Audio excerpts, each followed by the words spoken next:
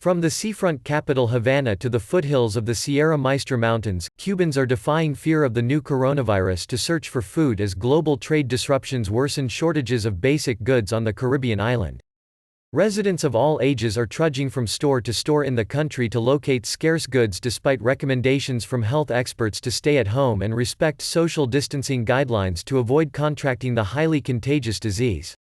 Communist-run Cuba imports more than 60% of its food, but the pandemic has forced its government to close the borders, denying it the hard currency from tourism needed to pay for goods from overseas. The leisure industry accounts for 25% of the country's foreign exchange earnings.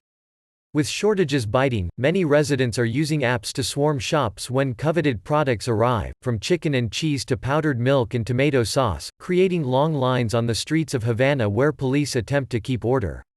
While Cuba has faced scattered shortages ever since the collapse of the Soviet Union began in 1989, they have worsened since a decline in aid from socialist ally Venezuela and a tightening of decades-old U.S. sanctions under U.S. President Donald Trump. Now they are intensifying as the pandemic compounds Cuba's cash crunch and disrupts international trade and food prices. There is a queue for everything, products are scarce, Havana resident Luis Alberto said as he waited in a line for chicken that stretched for more than 100 meters (330 feet). Since the first coronavirus cases were logged on the island last month, authorities have closed the borders to people and called on Cubans to only go out if strictly necessary, always wearing face masks. Disinfectant has been included on the ration cards that residents use to obtain goods. No one is walking around except the family doctor and nurse, Nuris Lopez, a hairdresser, said from a medium-sized town in the foothills of the Sierra Maestra in eastern Granma province. But when some ground meat finally arrived the other day, everyone emerged from their homes in masks and lined up with a policeman keeping order, she said.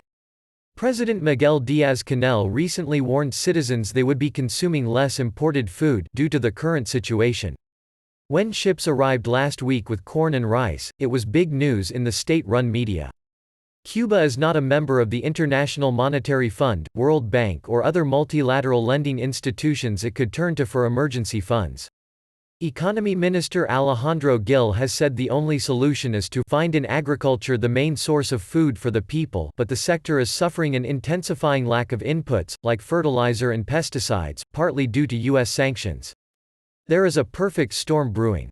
By May, the food situation here will be much worse, a local agricultural expert said, requesting anonymity due to restrictions on talking with foreign journalists. Cuba is famous for fighting epidemics and infamous for its centralized and unproductive Soviet-style agricultural system long since jettisoned by other communist-run countries. Many express faith in the former and not the latter. Cuba has the virus under control and I am sure it will stay that way, said Amandez Maceo, a teacher in eastern Cuba. At the same time, we are going into a critical situation, there is nothing in the markets and it is getting worse. Cuba has reported 396 coronavirus cases and 11 deaths, all but a few linked to travelers entering from abroad. Much of the economy not related to tourism remains open, but it is hard to see agricultural production making up for lower imports. Just 40% of normal fuel supplies and even less fertilizer and pesticides were used for the winter crop, according to the government. Planting began before the pandemic in November and harvesting ended in March. The government has not reported on the results of Cuba's most important growing season. Agriculture Ministry official Eugen Garcia Rodas told local radio that farmers were able to plant less than half the planned acreage of beans, a local staple, because they had to use oxen to till the land due to lack of fuel. Speaking about a plague that wiped out much of the crop, Rodas said only 15% of the 22,000 hectares (54,000 acres) planted could be protected by chemical pesticides. Luis Enrique Pluton, a farmer working the fields under a hot sun with fellow cooperative members on the outskirts of Havana, was phlegmatic. Through sacrifice and work we can produce something, but not much, for the population, he said. And we can continue to produce more, but imagine the difficulties we have.